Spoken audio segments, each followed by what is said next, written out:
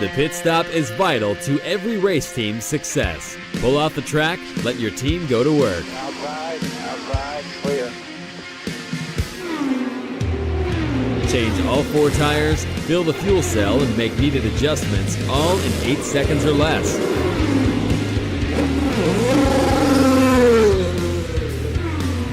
All right, hey, good afternoon, good morning, good evening, whatever time you're watching or listening to on whatever platform you're on. We're glad that you're here.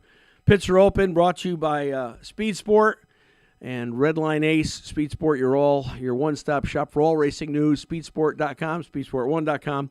Redline Ace, also your one-stop shop for all racing graphics, right in the heart of Speedway, Indiana. Redlineace.com.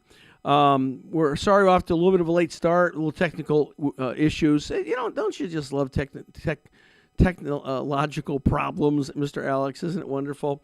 We've got a guest out there. I'm gonna skip my opening monologue so we can bring in the important guest, because you want to hear from him, and who cares what I think. Let's see if we can get this now. Let's see. Someone that I've known for a few years, and I really like him a lot. He's I'll tell you why, because even though my heart's with IndyCar, if I was going to have an affair, I would do it with IMSA, And so Brad was with a great IMSA team for a long time, and that's how I got to meet him. Anyway, Brad Zimmerman. Hey, Brad, welcome to the show. Hey, well, how are you? Thanks for having me. Good. So I in fact just had a great race at IMS with the IMSA Cadillac cars 1-2, which is pretty cool now that Cadillac has the F1 team going on, so that's pretty neat. Yeah. Tell us a little bit about.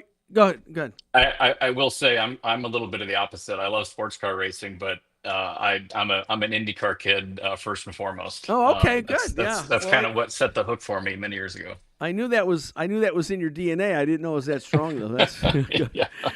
So tell us about yourself, a little bit about your background. Why marketing? Why motorsports? How did that all happen? Yeah, I'm an only child. I was born in Southern California. I am 51 years old, and I grew up right in the heyday of everything, it seems like. The area I grew up on, even the residential area, there were a lot of old hot rodders that had really cool cars in their garage. And I usually hung around those guys and just kind of sponging everything. And for most of the year, there was always a cruise night somewhere locally. And we would always go there. And in the summer, there was literally a cruise night every night of the week. So that's just kind of how I came up. I never really was a racing guy. I kind of got into racing through just being a car guy and through kind of my professional career path. I dig it. I really enjoy it, but I never really, I took my car to drag strip a couple times, but I've never been a race car driver. My mom is fairly creative. She's a photographer, and I was kind of around that as a kid. We grew up next to, or I grew up next to El Toro Marine Corps Air Station out in Orange County. Yeah. And I think that was my first fascination with speed, whether it was a jet or a piston-driven plane like a P-51 Mustang. They would fly so low to our house. So cool. And I was just in amazement. Yeah. So I think that was my first exposure to speed and sound and all these sensory overload type things. And then I grew up and I was like, oh, look at my neighbor has a 65 Mustang. And so that I started, I guess, in the air and went to the ground. I just never looked back. I really didn't have a plan. I just love cars and I wanted to be around them as much as possible. And marketing was somewhat easy for me, or at least I enjoyed it from a creative standpoint. And as I got older, I learned that I do not like having guardrails or rules. So, and I think in marketing that just is like you go blue screen in your brain. But I got married in California, and I worked for an event marketing company that actually brought me out to North Carolina back in the Nextel days of NASCAR racing. Yeah. Wow. You mentioned the P-51. I think really, I love planes. I'm into planes. I think the P-51 is the greatest plane of all time. It's that radial engine. Yeah. Rolls-Royce or Merlin would, I think depending on which year it is, The sound is It's hard to incredible. describe. Yeah. Yeah. Top fuel drag cars, Are those sound cool. really Yeah. good, Yeah. Yeah. but it's just there's a certain depth that those planes have when they buzz you. It's like you never forget it. Yeah. Well, I think if comparing this to IndyCar, if I think the P-51 is the most beautiful plane of all time, I have to say the McLaren, the '72 vintage McLaren Mark Donohue, that Yep. early vintage McLaren, I think is just still, Yep. I think is spectacular. So, Yep. oh, that's amazing. Well, that's good. 'Cause, I mean, I have been a car kid a kid my whole life. My dad started Mhm. taking us to a quarter midget track in our hometown, same track that Joey Logano cut his teeth on, Oh well. and have loved it ever since. So here we are. How did you get into the professional side of marketing in motorsports? That's a A lot of bad decisions. I love the honesty. Um, so when I worked for an event marketing company that was based in Southern California, they got a bunch of contracts within the NASCAR world, so they Yeah, activated a lot of the NASCAR programs. They yeah, moved me out to North Carolina, and I got I left them and I went to go work for their competitor. So I ended up working for GMR, which I yeah, think they're maybe one of the largest event marketing companies in yeah, the world. yeah. And one of the other companies they hired a new VP or president by the name of Steve Lauletta. And he had just left Miller Brewing.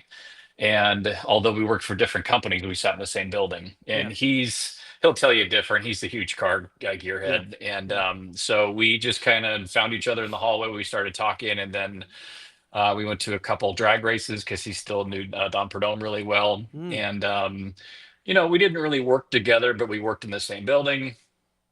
He left to go become president of Chip Ganassi Racing. And then he called me about a year later. And that's how I ended up over there.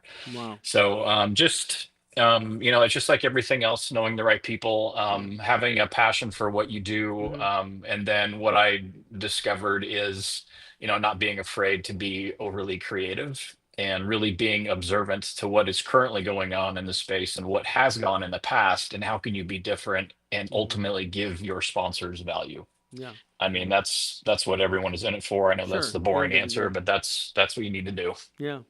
How did you get involved with sports car and Pratt Miller? When I was at Ganassi, we raced just about everything except Formula One. That got Mm. me a little sniff into IMSA. Kind of saw how it worked. Although that Was that program the was, GT program? yeah, so that was kind of the old Daytona prototypes Yeah. with Lexus, and then we went to BMW. Mm. That was the year when we won, I think, all the races, and IMSA put a bounty on our head, um, which was funny. So, but again, if you're a car guy, Yeah. IMSA is your sport, Yeah. period. Yeah. It's being able to close your eyes and hear the cars go by and be able to tell what engine they What they are. have, Yeah. the smell, the level of ability behind the wheel, the endurance of it. I mean, that's your bag if you're a car person. Yeah. And I think they're experimenting and or experiencing a renaissance right now. I think there's like 18 manufacturers involved in IMSA. So it was pretty cool, and I was with the team when they created the Ford GT and they took it Mhm. to Le Mans, and that was my first time I'd ever been to Le Mans. We won our class, Yeah. Yeah. and so that was really cool. I had like less than 1% to do with any of that, but Yeah. me being a car guy, I had to pinch myself several times because the entire living Ford family was there, and they were like in the garage watching this, and it was just from a pure historic standpoint, it was Right. like Right. this Right. is incredible. And then to win right out of the gate, Chip had never raced there before. Right. He had driven there, Yeah. but that was incredible. And then fast forward to Pratt and Miller, they for many years, I think since the existence of the Corvette racing program, they were more or less a factory back team. Right. They had two cars, and their history is, writes itself. A ton of wins, a ton of championships. The yellow Corvettes, everyone knew the yellow Corvettes. Doug Feehan, like he is my spirit animal. Like that guy's awesome. But when I was there from 23 to 24, they went from fully factory back to an independent team. Yeah. So they needed to handle all the front end, all the sponsorship, plus all the racing and all the engineering and development and things like that. Good. So that's how I got paired up with them. They're based in Michigan, but they have a small office here in Huntersville, which is like 8 miles from here. That's how I got connected with them, and they won Le Mans. They won their class in Le Mans in 23. That was the last year of their factory backed, and then they went to the Z06 platform after that. Yeah. Well, and now because I know that you have IndyCar in your DNA, we can talk about that for a second, because Yeah. I'm certainly one of the increasing number, and I was an early adopter who've been pounding the war drums because of our fear, and I think it's a very real fear, that Honda's going to go away after 26. Yep. And we're going to be up the creek without an engine paddle or a carburetor or a fuel injector or anything. And I think that Indy should look toward an IMSA-style engine formula. Yeah. Where I don't care if it's 4-cylinder, 6-cylinder, 8-cylinder, as long as it's the same horsepower. I don't care how you get it.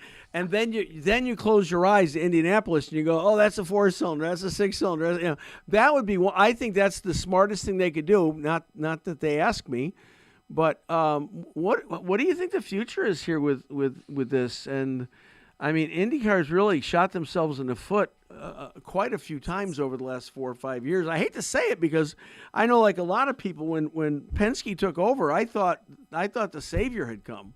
I thought the messiah of IndyCar racing was on the scene, and I think everybody felt that way for a while. Then he got hit with COVID. Okay, we understand that, but since COVID, it's been not great.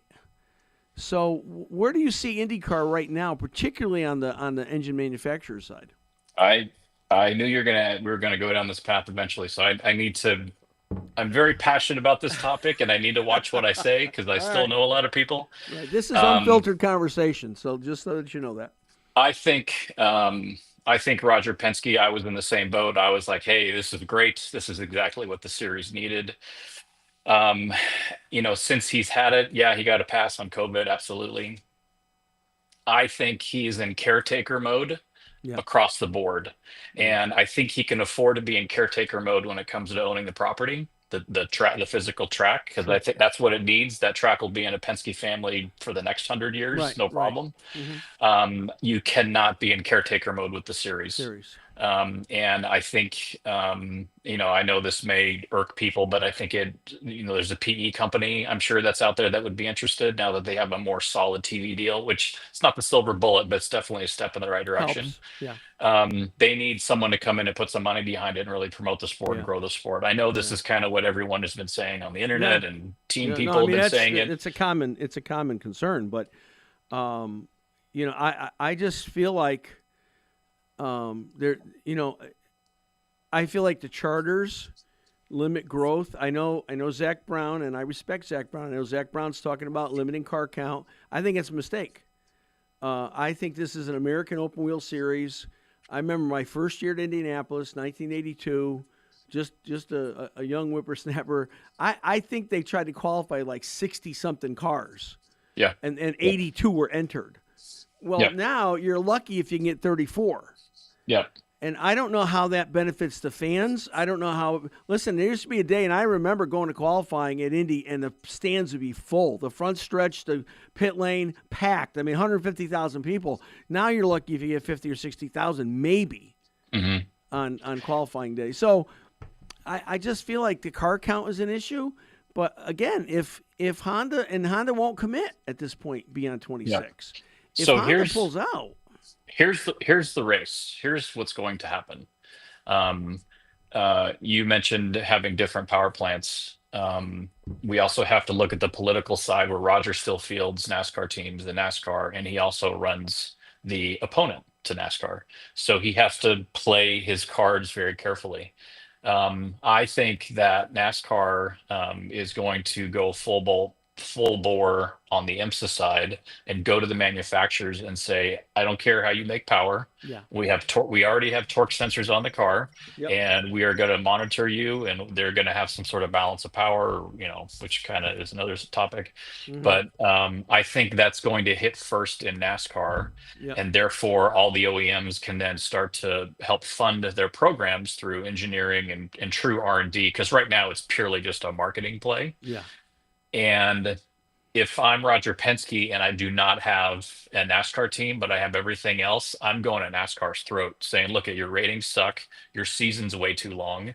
I'm going for the throat. Our racing product, yes, we've had problems marketing it, is 10 times better than yours. Yeah, we got IndyCar is great. Your Great. drivers are outside of maybe Denny Hamlin and maybe old Kurt or Kyle Busch. Nobody cares about your drivers. They're boring. No. Nice guys, they're boring. Yeah. And probably off camera, they're probably more entertaining, but because of the sponsorship based aspect of it, they're going to watch what they say. Sure. So Dale Earnhardt, when Dale went, that went that generation of drivers. I mean, Right. NASCAR was great when there's Cale Yarborough, Bobby Allison. They'd get into fights, get out of the car, go slug each other in the infield. yeah, I'm a pastor. I'm not promoting violence. I'm just saying, fans like action. yeah, And another, I consider a friend, a compatriot, Tony Donahue, who's been a sports personality in Indianapolis forever and has his own blog. Tony said, and we talked about this at length, that the fans want to see like their heroes doing dangerous stuff. yeah, Every fan that goes to Indy wants to hear these words again, and we haven't heard them for years. It's a new track record. We can make those cars go faster. Those cars are as safe now as they've ever been, yeah. based on the stinking incredible accents we've seen. But what is there to excite fans right now? Well, I think even go one step prior to that, and you look at one of the major root causes of maybe a little bit of a decline around motorsports in general is that, and this is something we talked about maybe 10 years ago, but like kids getting their driver's license, they don't get it at 16 years old in a day, and they're sprinting to the DMV to get it.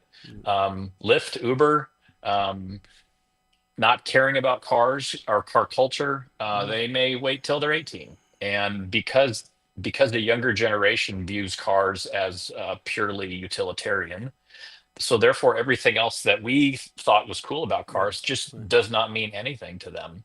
And it's not a blanket statement, but it's not trending in the right direction for a younger group of people to appreciate cars like we did, and everything that is revolving around that lifestyle. Sure. And styling, performance, sound,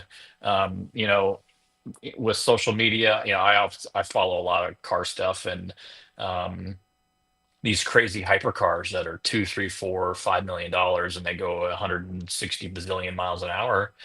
That's cool. That's fantasy, but I think that's creating a whole nother niche of car people, and that's not realistic to the rest of the world of what we're trying to do. It's not an easy thing to fix. The formula is so complex because there's so many stakeholders, whether it's NASCAR or IndyCar. Each series is in a very unique position, given the business model and the challenges that they have. I always try and ask myself, if I had a magic wand, what would I do? But it's not simple. It's really not a simple thing to figure out.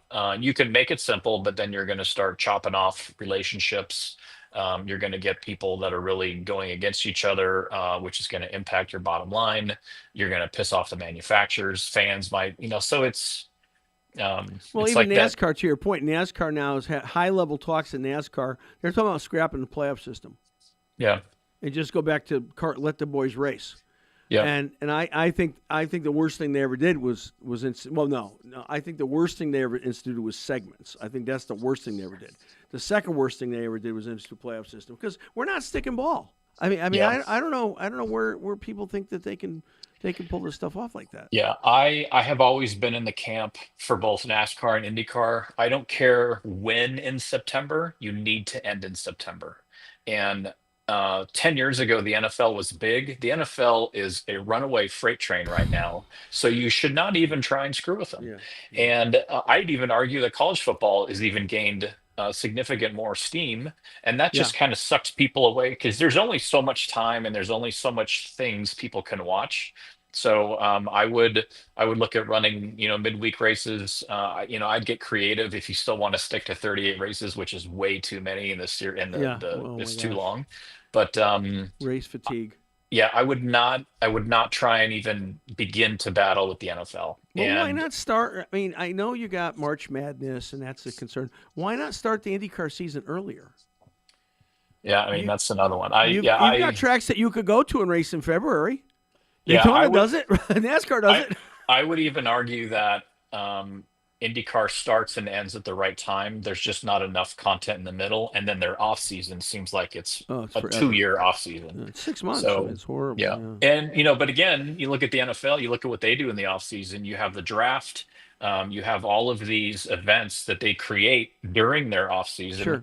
IndyCar should be doing the same thing. And I Um, saw a great roundtable with Alex Below and Barry Wanzer and Yep. Chief Mechanic at Tencar Ricky.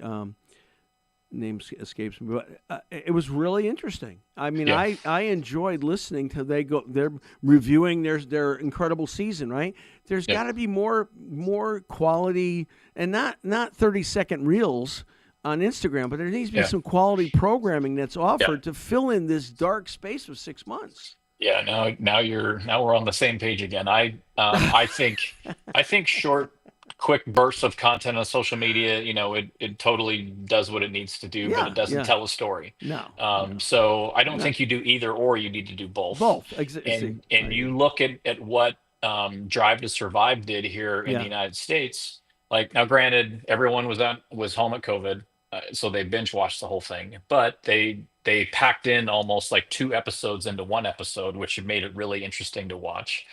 My wife, who has never been to a race before, she watched Drive to Survive, and she's like, "When's the F1 race on?"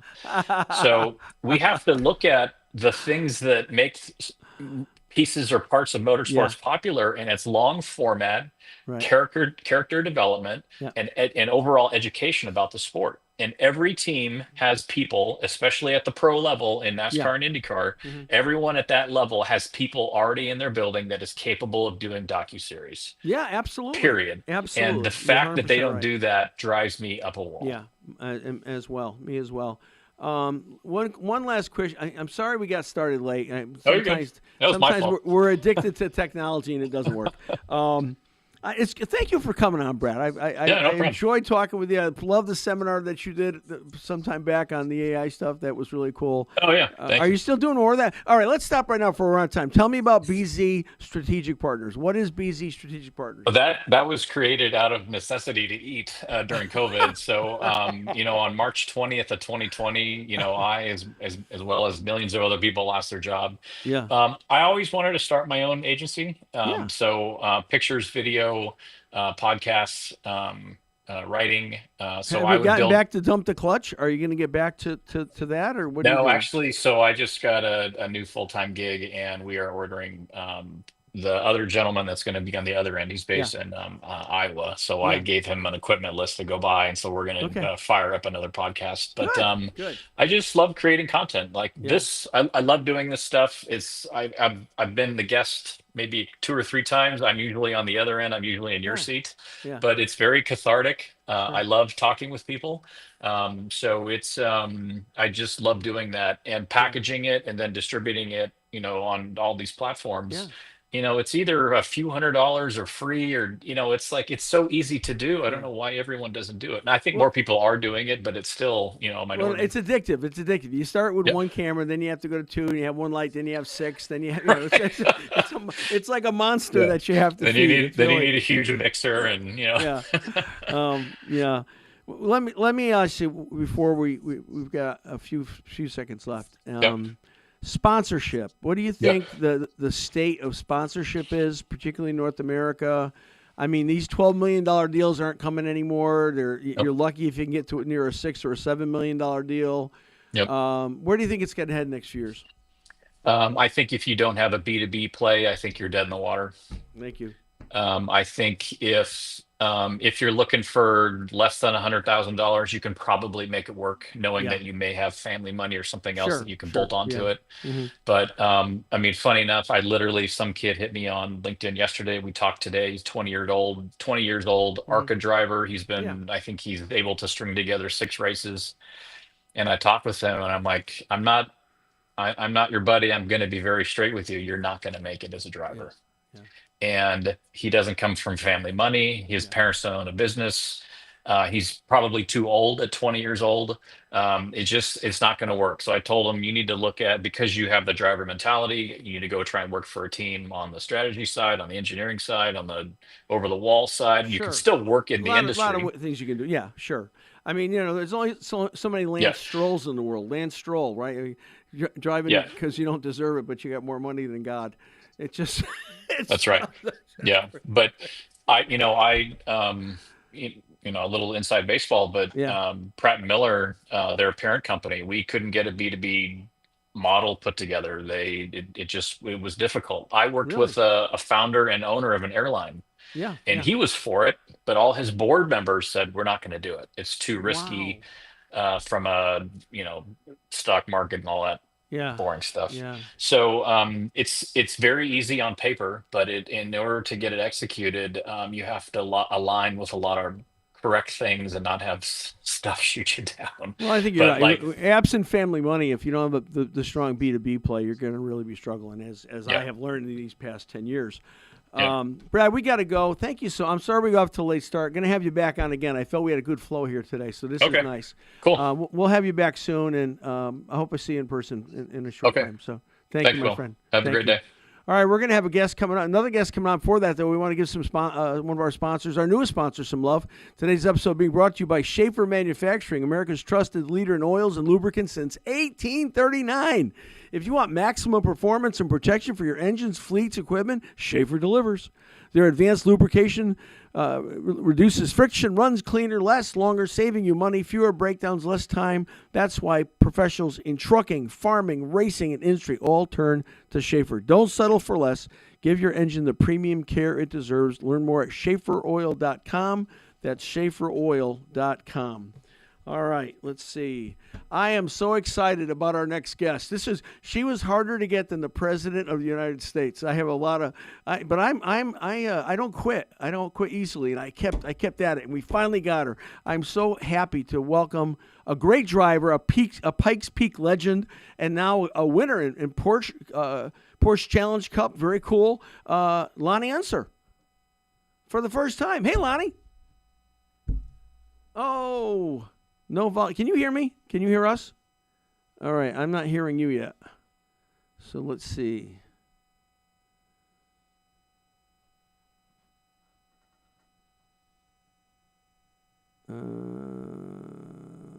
So we're not getting any signal from you for sound.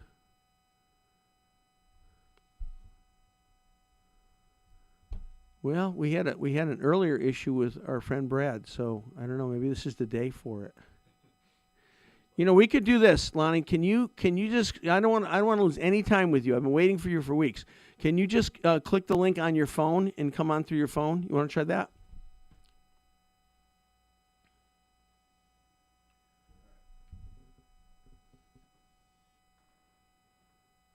Okay. 3, 2. While we're doing that, let's do another segment sponsor. This segment brought to you by America's Christian Credit Union. Looking for a smart, faith-aligned way to grow your savings? Listen up right now. America's Christian Credit Union delivering a 12-month certificate at the nation's highest rate, 4.75%. It's a limited time, new members only, deposits up to $1 million. You can get started with as little as $1,000. It's called a term share certificate, similar to a CD, but with mission. Don't wait. Lock in the rate before it drops. It goes to America's Christian Credit Union. America's ChristianCU.com/pitch. Let me say it again because I messed it up. America's ChristianCU.com/pitch to get started today. All right, let's see. Let's see if Lonnie's there. Hello, Lonnie. Okay, how about now? Hey!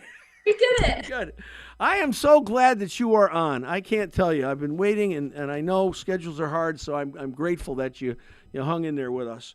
Yeah, I thank you so much, and thank you for understanding. I am a yes woman, and I've said yes to too many things lately. Yeah. No, I understand. I've got a lot of questions. I'm going to try to fit in the next few minutes. Correct me if I'm wrong, but you didn't start racing young. You weren't like in a go-kart at 4. Came to it a little more maturing in life, right? How did that happen? How did you get? I mean, why not surfing? Why not snowboarding? Why are you now racing cars? Yeah, so it's actually a funny story because a lot of people think because I'm a part of the Unser family that I would have been in go-karts, before I could hardly walk. Yeah. So my parents actually discouraged me from going racing, and I'm grateful they did. And they did for many reasons. Racing is super challenging in so many ways. The highs are really high, the lows are low. Sponsorship is incredibly difficult to find. Right. And I think that my parents came from it from the perspective of if I wasn't 120% into it, then I wasn't going to love it. And so when I was a senior in high school, my dad came to me and said, "Hey, I got to go to a driving school when I was your age. I want you to get that opportunity as well." And I was like, "Yes, I'm in." And I had always wanted to race, by the way. Okay. The time I was little. Mm-hmm. I loved being at the racetrack. I loved going to the racetrack with my dad. And so I went to this driving school and fell even more in love than I already was. And I was like, I have to do this. And so I think from that point forward, my dad really realized how much I wanted to do this and that I would give everything to make this a possibility, and haven't looked back since. And of course, my parents are so incredibly supportive now, and they come to almost every race, and I couldn't be more grateful. What driver school did you go to? So I went to the BMW school. Oh, okay. My dad was friends with Matt Mullins, who ran the school and still for a long time.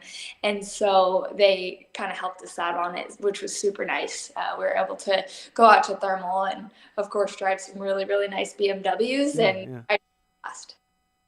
So, I mean, your family has a long heritage, certainly at places like Pikes Peak. But let me ask you a question. I had Jagger Jones on a couple months ago, grandson of Parnelli Jones.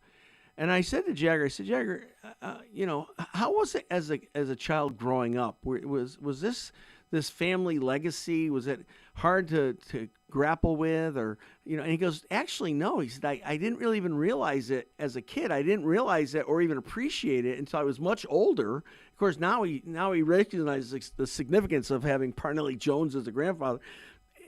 Was that similar for you, Lonnie? No family. I mean, the Unser family doesn't even know. You don't even know racing, and you know who the Unser family is.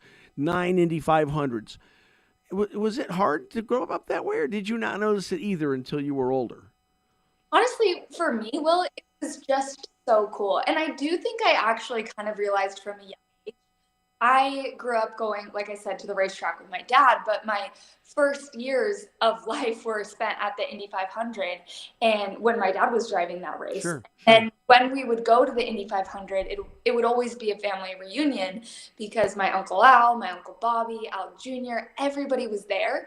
And it was just really cool for me because anywhere I went with my family, there were people asking for autographs and things like that. And I was just like, wow, this is so cool.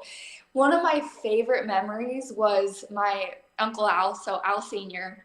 I was probably in middle school at this stage, and he goes, "Lonnie, come here. I want to show you something cool." And we hop in one of the pace cars for the Indy 500, and this was during the Indy 500 weekend. And we hop in, and with no authority to do so, nobody giving us the green light, we went out onto the racetrack and he just laps with. And I was just like, "This is that is so cool." Yeah. Yeah, I thought my family was were celebrities, and I looked up to them like celebrities. It's so funny because I remember the first race as a kid, I listened to was 1969 on the radio. Of course, Mario Andretti wins.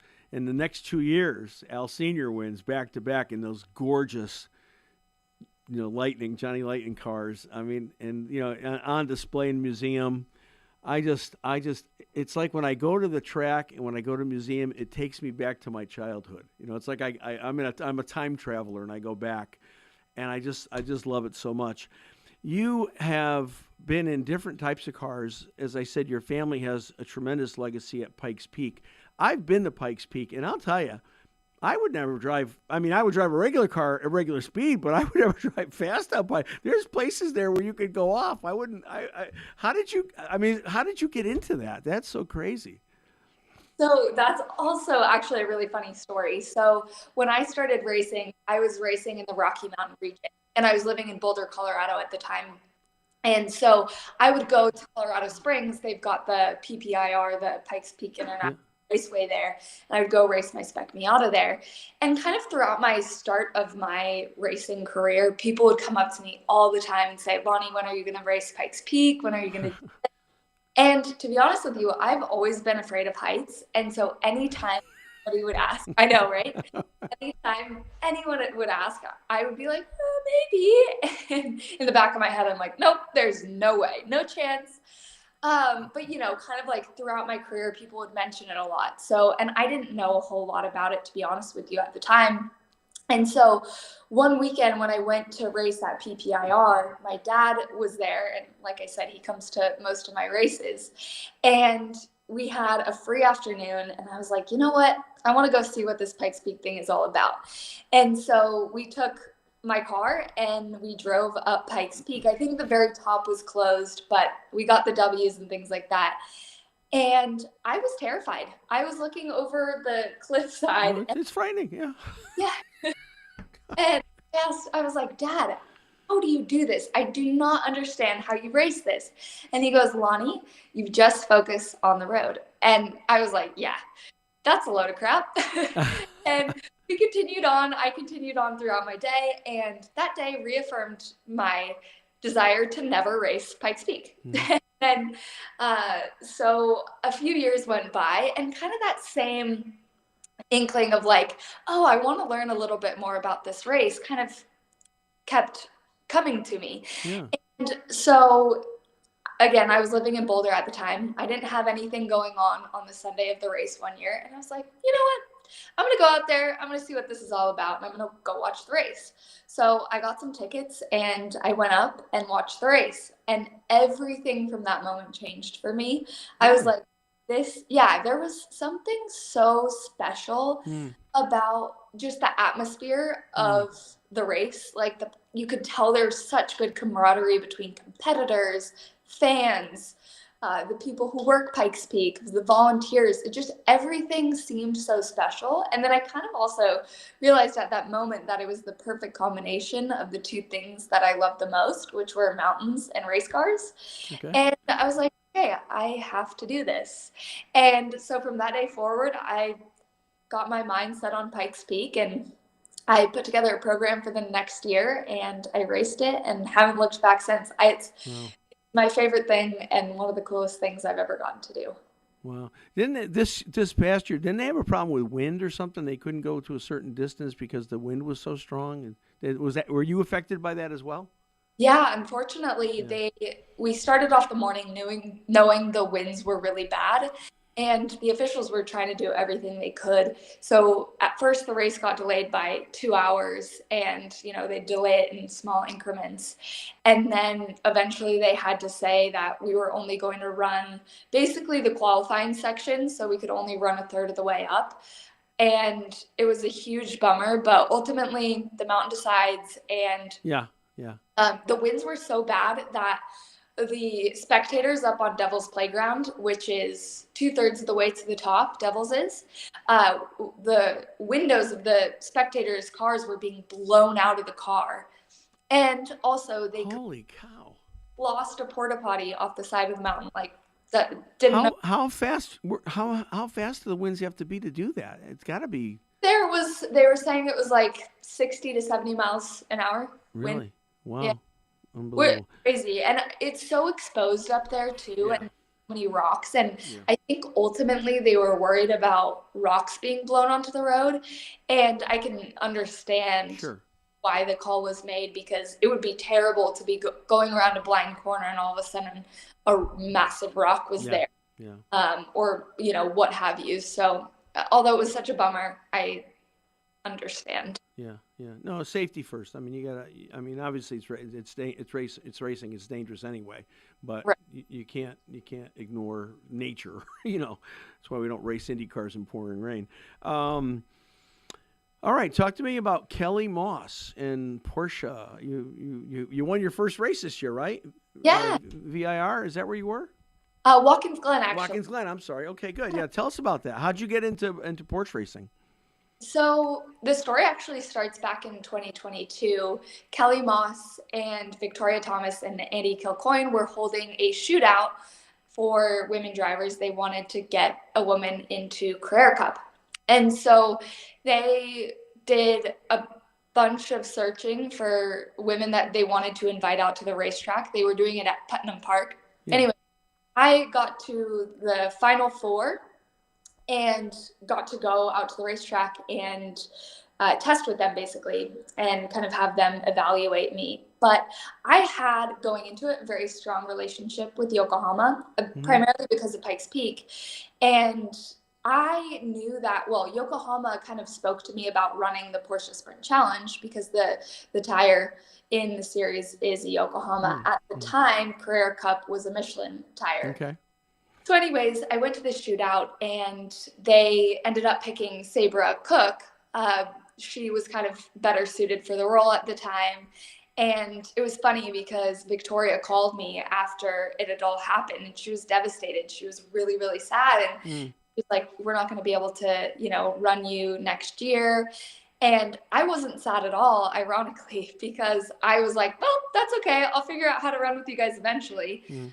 And I wasn't really worried about it for some odd reason. It's funny sometimes when you get rejected from an opportunity, you're devastated. But this time it was like a subconscious knowing that I would end up running with them.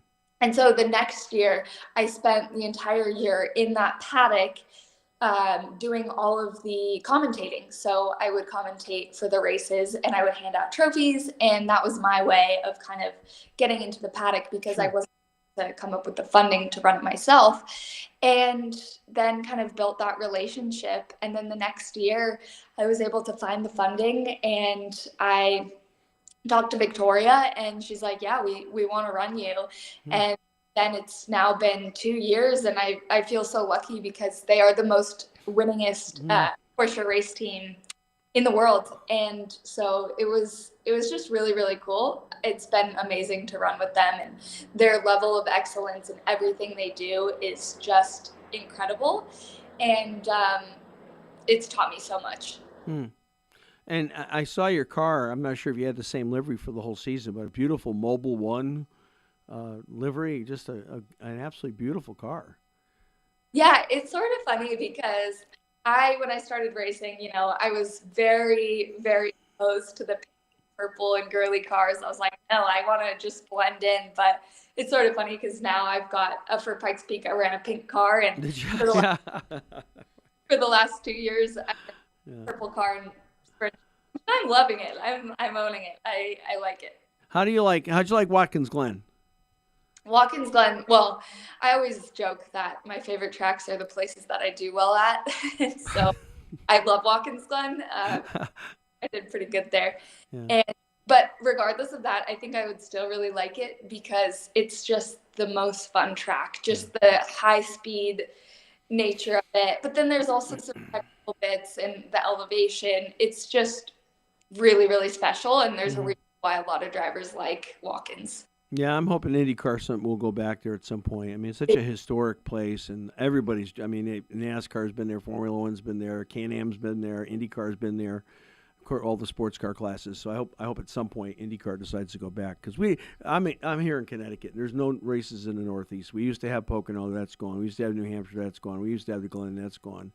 So we need to get a race back here, and I think probably the most likely spot will be the Glen. We're hoping for that anyway. Yeah. I want that to happen too. Yeah. So, Pikes Peak, sports cars, surfing, whatever, snowboards. What do you really? If you could write the script any way you wanted to? What would you drive next? Where would you compete next? Well, the first answer is I really want to go back to Pikes Peak. I want to do it in the same car. So the car I got to drive built by BBI, an incredible car. It's a 992 911 GT3 chassis with twin turbos and a whole lot of aero, and it was phenomenal, super fast. It made like 900 horsepower up at altitude, so it's really, really capable down at sea level. And I had driven the year prior kind of a similar car, but it was the previous generation GT3 911. And we tested that car out here in California at Willow Springs, and I was getting wheel spin in sixth gear down the back straightaway. It was nuts. Wow. So just really, really cool cars and cool builds by BBI. Yeah. So I want to run that car again on Pikes Peak because I feel like we've got some unfinished business and hope to do well. There's a time that in my head that I know we could have achieved, and I'd like to just kind of put it down and be able to achieve that time. And then, you know, my ultimate goal is to run in IMSA WeatherTech. And, you know, in addition to that, I just love driving. I got to drive the Mint 400. Gosh, it would have been 2 years ago now. And I loved it. I did it in a Can-Am Maverick R, and it felt so raw motorsports. Like you're just out there in the dirt, you and your co-driver, and if anything happens, you got to fix it. You got to figure it out. It's all up to you. And I loved that. So I would also love to do stuff like that. Really just anything that keeps me racing and driving. I'd love to do. Okay, so here's the $1 million question. Your family has the greatest legacy of any family alive at the Indianapolis Motor Speedway. There's a lot of open wheel opportunity. If something knocked on your door, would you open the door? It would have to be a really, really good opportunity, because what I wouldn't want to do, especially having limited open wheel experience, is I would not want to go and run around the back. I just wouldn't. I don't think it would do my family justice. But Sure. Also with that, you need incredible amounts of preparation to go run the Indy 500, and you need to be really confident in the car. And so it would have to be a really good opportunity. But if it was a good opportunity, I would certainly seriously consider it, because I people ask me that all the time, and I do think it would be really cool. Yeah, well, a lot of people think it would be very cool. Yeah, that would be nice. So, what do you do in the off season? You're not racing. What do you do in the off season? Off season is just as busy sometimes as race. Primarily just focusing on what we're gonna do next season. We've got kind of some plans up in the air and some things that could be really exciting, but it all comes down to kind of where makes the most sense to go with the funding that we have. So this is the time of year where I'm working on marketing decks, working on showing my partners the ROI that I had this year, convincing him to come and join me again for hopefully what's another amazing season next season. And I also do a bit of work for the AMG experience. So I'm going to go out to Road Atlanta, work for them, going to go to COTA, work for them. And do you know Kevin Kraus? Yeah, I actually talked to Kevin about you. Kevin's a great friend. I love Kevin. He's awesome. He told me really good things about you. So he's a great guest. He just I mean, you are too, but Kevin, we just flow. It's just like talking about anybody, because we're so passionate about racing and motorsports. There's no lack of things to say. So it's really a fun experience. Well, listen. Somebody's on the other line, and we have to get ready for our next show. A guy named Kurt Hansen. I don't know if you know him or not. Oh, yeah. So Kurt's on the other line. He wants to jump in for a few minutes. We do a little crosstalk, and then I co-host his show at 5 Eastern, 3 Mountain Time. So I want to thank you so much for coming on. I'd love to have you on again. And thank you. Thank you for hanging in there with us. We finally put it together, so it's wonderful. Yeah, I am so sorry again. I know I'm difficult. So, yeah, really, really grateful to be on, and it was great to chat. Good. All right. Best wishes, and hopefully we'll see you soon. Thank you. Sounds good. Thanks, Will. Bye. Lonnie Unser, everybody. All right, here he is, the original motorsports disruptor. the one who put that together for us, by the way, it was Kurt Hansen that connected me with Lonnie Unser, and so I'm very grateful for that. Hey, Disruptor, how are you? I'm good, but isn't she something special? Oh gosh, we just love that. Was just a great 25 minutes. It was wonderful. Oh yeah. I get her on as often as I can. Actually, I extended to her and another really, really strong Colorado driver, Sabre Cook, who's in Porsche Cup, to come drive my Formula Atlantic car. And so, and we'll shoot it all for TV. So hopefully that's something we can pull off next year. Unfortunately, we didn't make the race last weekend for a lot of different reasons, but none of them in my control, sadly. But that would be pretty cool. I'd even extend it to Catherine Legg, but she'd probably want me to pay her whole way to come out. I'm not prepared to do that. Well, Lonnie was just talking about needing a lot of. If she ever went to open wheel, she'd need a lot of testing and experience. So Formula Atlantic's a good place to start. So. Well, sure enough, especially for the stuff we've talked about. And that's great. But yeah, she is. Her and her dad. I would when I was an IndyCar now or Champ Car announcer, I would do Atlantics with her dad, and that's where we started our friendship. Oh my God, back when dirt was young, but she and Sabre is just. We got to get Sabre on the show too because she is she's like Lonnie. She's super intelligent. Sabre got a degree from some fancy engineering school in Europe. Spent some time with the Renault Formula One team. We are blessed to have two incredibly talented, beautiful, intelligent ladies that I love supporting. And it'd be neat to see if all this comes together. But when we get to my show, I'll tell you a funny story about Pikes Peak this year. We got a lot to talk about. A lot of good stuff going on. Can you believe that? I won't talk about this on your program, but high-level talks in NASCAR about scrapping the whole playoff system. Yes. Isn't that wonderful? I think it's the second worst thing they ever did. I think the first worst thing, stupidest thing they ever did was segments. But apart from segments, I think the playoff system, they lost a lot of fans, and they know it, and they want to get them back. So, well, I have a counterpoint. Yeah. I was going to go back to a Saturday Night Live skip, but I'm not going to say that. Okay. Jane, you stupid. Okay. Yeah. We're very family friendly around this program. I know. Anyway, so we talk about that. Got some unusual names coming into the Indy crowd, Indy Next Series. People I haven't even heard of before. So I think it must be money driven. Which am I one of them? In IndyCar? No, not at all. No. Yeah. I had on Brad Zimmerman, who used to be the marketing guru for Pratt Miller and IMSA, and we were at the end of our segment. We were talking about how difficult and more difficult it's becoming for sponsors to get sponsors, and I'd like to talk with you about that because you've got way more experience than I have. Yeah. So here's what we're talking about that real quick.